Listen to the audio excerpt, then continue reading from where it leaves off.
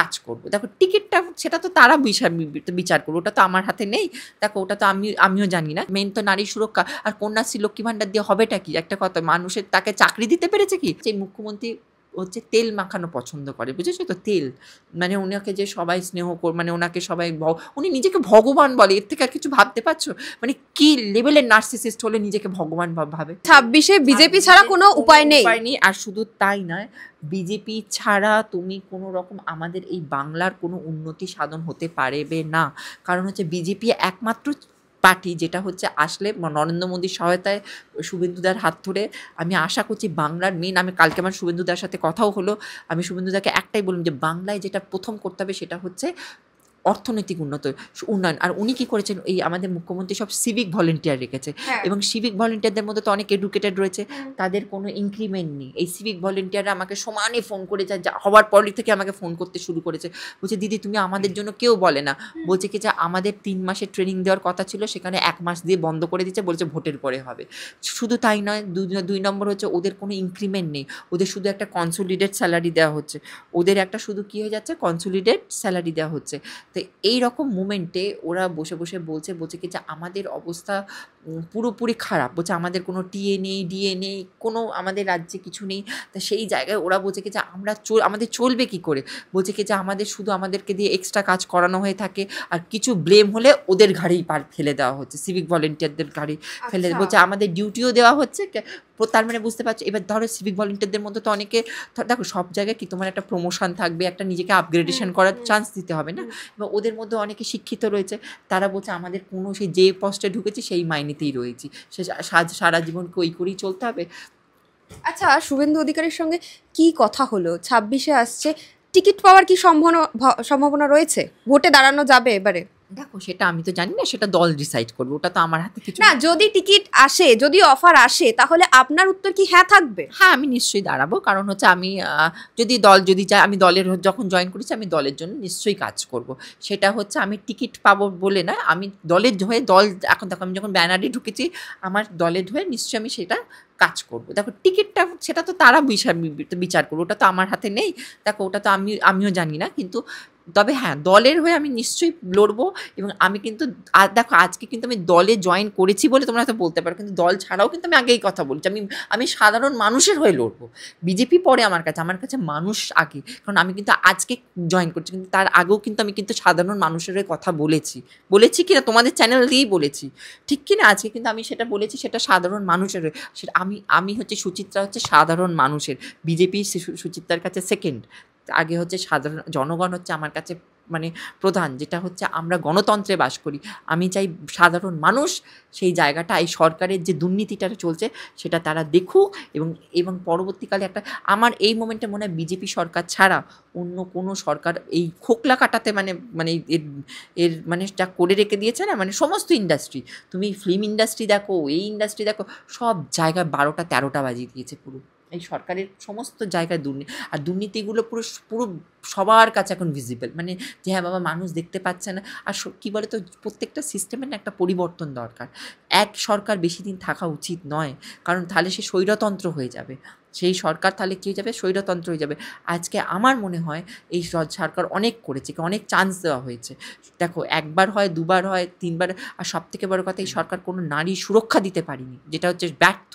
আজকে রাজ্যের এতগুলো মেয়েরা লক্ষ্মী ভাণ্ডার দিয়ে নারী সুরক্ষাটা, মেন তো নারী সুরক্ষা। আর কন্যাশ্রী লক্ষ্মী ভাণ্ডার দিয়ে হবেটা কি? একটা কথা, মানুষের তাকে চাকরি দিতে পেরেছে কি? আজকে সে মেন হচ্ছে তুমি মুড়ি মিছরি এক করে দিয়েছো। মেন ব্যাপার দেখো, যে ডাক্তারি পড়ছে, ধরো 6 লাখ 10 লাখ টাকা খরচা করে ডাক্তারি বা ইঞ্জিনিয়ারিং পড়ছে, আর যে ধরো পড়াশোনা করেনি, সে ধরো স্কুল ড্রপ আউট, তাহলে সেও ভাতা প্রকল্পে ঢুকবে, যে ডাক্তারি পড়েছে সেও ভাতা প্রকল্পে ঢুকবে। তাহলে তুমি কি করছো, মুড়ি আর মিছরিটাকে এক করে দিচ্ছ। তাহলে এটা কি তোমার কাছে এক্সপেকটেশন? মানে তুমি একটা মুখ্যমন্ত্রী, তাহলে তার মানুষের তো ইভ্যালুয়েশনটা, তাহলে মানুষ সেই নিজের যেদিনকে চাইবে সে আমার যোগ্যতা অনুযায়ী আমি কাটছি, সেইটা যেদিনকে সে বলতে পারে সেটাও তার অধিকার, সে কিন্তু অনুদানে চলবে না। সে কিন্তু অধিকারে মানুষ এখানে বাঁচবে হচ্ছে অধিকারে। তা আমি শুভেন্দুদাকে প্রথম যেটা বলেছি সেটা হচ্ছে এই মোমেন্টটা খুব দরকার।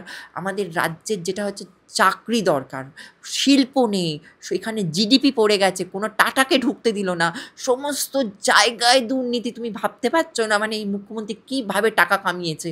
মানে ওনার মতো করাপ্টেড লেডি মানে ওয়ার্ল্ডে যদি একটা থাকে, মানে বিশ্বাস করুন মানে এরকম একটা হাইলি করাপ্টেড লেডি, মানে একদম মানে বলতে আমি বাধ্য হচ্ছি পুরো, মানে এটা আমি আগেও বলেছি, উনি নিজে পুরো মাফিয়া হয়ে রয়েছেন, পুরো ডন, মানে ওনার এগেনস্টে কথা বলা যাবে না, ওনার এগেনস্টে কিছু করা যাবে না, উনি পরিপূর্ণভাবে একটা মাফিয়া যাকে বলে, সেই মাফিয়াগিরি করতে গিয়ে আর হচ্ছে এই পুরো মানে শুধু নিজের টাকা ভরেছে, মানে একদম মানে ভরে ভরে টাকা নিজে নিয়েছে, ঠিক আছে, চুরি করতে করতে। আর ওনাকে বলতে গেলে ওনার দেখবেন তখন আর ভালো লাগে না, এই মুখ্যমন্ত্রী দেখবে তখন আর, এটা আমি আগেও বলেছি, এটা আমি বিজেপি জয়েন করে বলছি না, আমি কিন্তু এই কথা কিন্তু আগেও বলেছি, বিজেপি আমি পরশুদিন জয়েন করেছি, কালকে জয়েন করেছি, তার আগের দিন আমার কাছে বিজেপি থেকে অফার আসে, মানে মানে আমি দুদিন আগেও জানতাম না যে বিজেপি আমার কাছে আসতে চলেছে, সেটাও আমি কিন্তু জানতাম না, কিন্তু আমি বিজেপি জয়েন করেছি বলে না, আমি কিন্তু এটা আগে থেকেই বলেছি, যেটা এবং আমার একাধিক মিডিয়াতে আমি কিন্তু বলেছি, এটা কিন্তু যে হ্যাঁ বাবা প্রথম বলছি তা কিন্তু না, এই বাংলার অবস্থাটা আমি জনগণের হয়ে বলছি, আমি আগেও বলছি বিজেপি আমার কাছে সেকেন্ডারি, আমার কাছে বাংলার জনগণ হচ্ছে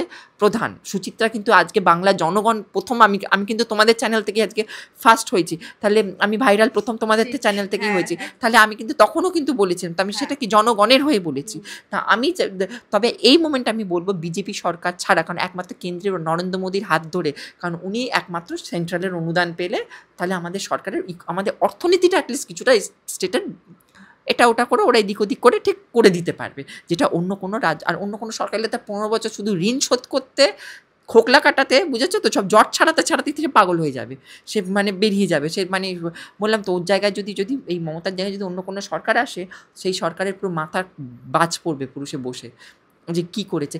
একমাত্র এই মোমেন্টে শুভেন্দু অধিকারী মহাশয়ের শুভেন্দুদার সহায়তায় আর হচ্ছে আমাদের প্রধানমন্ত্রীর মানে নরেন্দ্র মোদীজির মানে কি বলবো তত্ত্বাবধানে আমাদের রাজ্যের অর্থনৈতিক উন্নতিটা হচ্ছে দরকার, আর অর্থনৈতিক উন্নতি না হলে কিন্তু সর্বাঙ্গীন উন্নতি সম্ভব নয়। এতক্ষণ তো মানে মুখ্যমন্ত্রীকে একেবারে পছন্দ না সেটা তো বোঝা গেল, কিন্তু এই বঙ্গে বিজেপি নেতা হিসেবে আমি বলছি যে শুভেন্দু অধিকারী, দিলীপ ঘোষ, সুকান্ত মজুমদার, কাকে সুচিত্রা সবচেয়ে বেশি পছন্দ, কাকে এগিয়ে রাখবে? দেখো এই মোমেন্টে যদি বলো কাকে বললে নাম, শুভেন্দু অধিকারী, দিলীপ ঘোষ, সুকান্ত মজুমদার।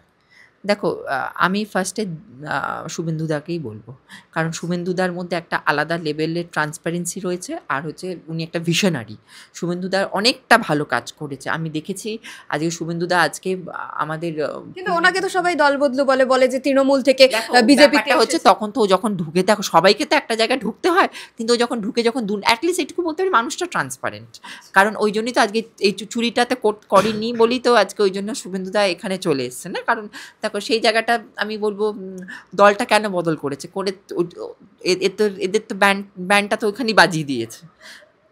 আর মুখ্যমন্ত্রী তখন সেটা একটা কথা বলেছিল, হ্যাঁ মুখ্যমন্ত্রী কিন্তু শুভেন্দুদার নামে একটা বদ দিয়েছিল, ও তো চুরি তাহলে মুখ্যমন্ত্রী তার মানে জানতো, যদি আজকে শুভেন্দুদার যদি তুই বলছি আজকে তুই বসে বসে বলছিস শুভেন্দুদা চুরি করেছিল, উনি বলেছিলেন, মুখ্যমন্ত্রী বলেছিলেন একটা জায়গায় যে আমিও জানি চুরি করে, তাহলে তার মানে তখন তুই কেন সাপোর্ট করেছিলিস বসে বসে, তার মুখ্যমন্ত্রী জানতো, আজকে তুই এর নামে বদনাম দিচ্ছিস যে চুরি করেছে, তাহলে তার মানে তুইও জানতিস বসে বসে, তাহলে তুইও তার মানে সেই চোর, একই চোর, তাহলে আজকে আমি যদি ঘুরিয়ে মুখ্যমন্ত্রীকে এই প্রশ্নটা করলাম, তাহলে মুখ্যমন্ত্রী তার মানে সেই জিনিসটা জানতো না, কারণ তার মানে ও এর নামে যে বসে বসে বদনামটা কারণ এ তো চুরিটা আজকে সাপোর্ট করেনি বলেই তো চলে এসছে না। তবে এই মোমেন্টে আমি বলবো রাজ্যে বিজেপি আসাটা খুব দরকার, কারণ হচ্ছে এই রাজ্যের যা অবস্থা করে দিয়েছে মুখ্যমন্ত্রী দেখো সত্যি কথা বলতে গেলে মুখ্যমন্ত্রী যে চুরিতে সায় দেবে সেই ভালো, আর যে দেবে না সে খারাপ, শুভেন্দুদা দেয়নি তাই জন্য শুভেন্দুদা খারাপ, পরিষ্কার গল্প, ওই জন্য তার নামে বদনাম রটাচ্ছে, আমার নামে বদনাম রটিয়েছে, কারণ আমি তো আজকে বিজেপিতে এসেছি, তার আগেও আমার নামে মানে ব্যাপারটা হচ্ছে এই মুখ্যমন্ত্রী হচ্ছে তেল মাখানো পছন্দ করে, বুঝেছো তো, তেল মানে ওনাকে যে সবাই স্নেহ মানে ওনাকে সবাই উনি নিজেকে ভগবান বলে, এর থেকে আর কিছু ভাবতে পারছো, মানে কি লেভেলের নার্সিসিস্ট হলে নিজেকে ভগবান ভাবে যে আমি ভগবান, এর থেকে তুমি আর কি বলার আছে, আর কিছু বলার নেই।